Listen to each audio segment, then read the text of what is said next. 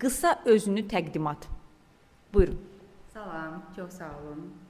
Mən Nigar Əliyeva, 40 yaşım var.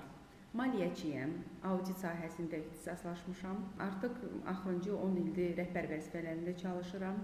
2 az yaşlı uşaqları böyüdürəm, övladım var. Həyatda dürüstlük, məsuliyyət, empatiya kimi xüsusiyyətlərindən rəhbər edirəm. Rəhbər tuturam. Rəhbər tuturam. Aha, Bu təşəkkür qədər. edirik Nigar xanım, çox sağ olun.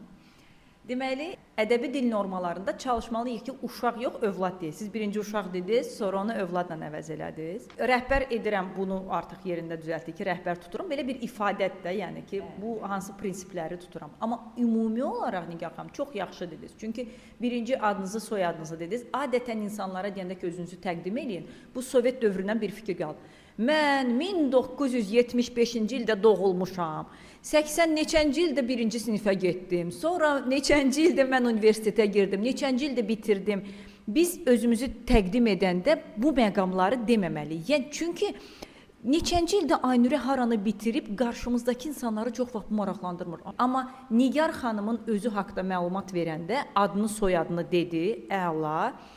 Hansı ixtisaslaşdığını qeyd elədi. Maliyyə sahəsində kiminsə marağı varsa, kiminsə maraq dairəsinə aiddirsə, siz onları həmin videoya baxmağa sövq elədiniz. Ondan sonra artıq qeyd eləməlisiniz ki, biz sizi izləyiriksə nəsə qazanmalıyıq da.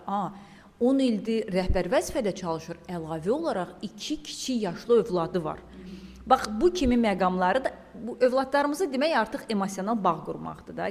Əgər işlə bağlı belə bir yerdə çıxış eləyiriksə və yaxud da doğrudan da podkast layihəyə sizi dəvət eləmişiksə, burada mütləq bunları qeyd eləyin ki, filan akkreditasiyaları almış və yaxud da filan təlimlərin iştirakçısı, məzunu, nə bilim nə. Yəni qazanclarımızı göstəririk ki, danışığımızın ilk hissəsində insanlar bizə niyə qulaq asmalıdır və səs tonu çox vacib idi, çox gözəl danışdınız.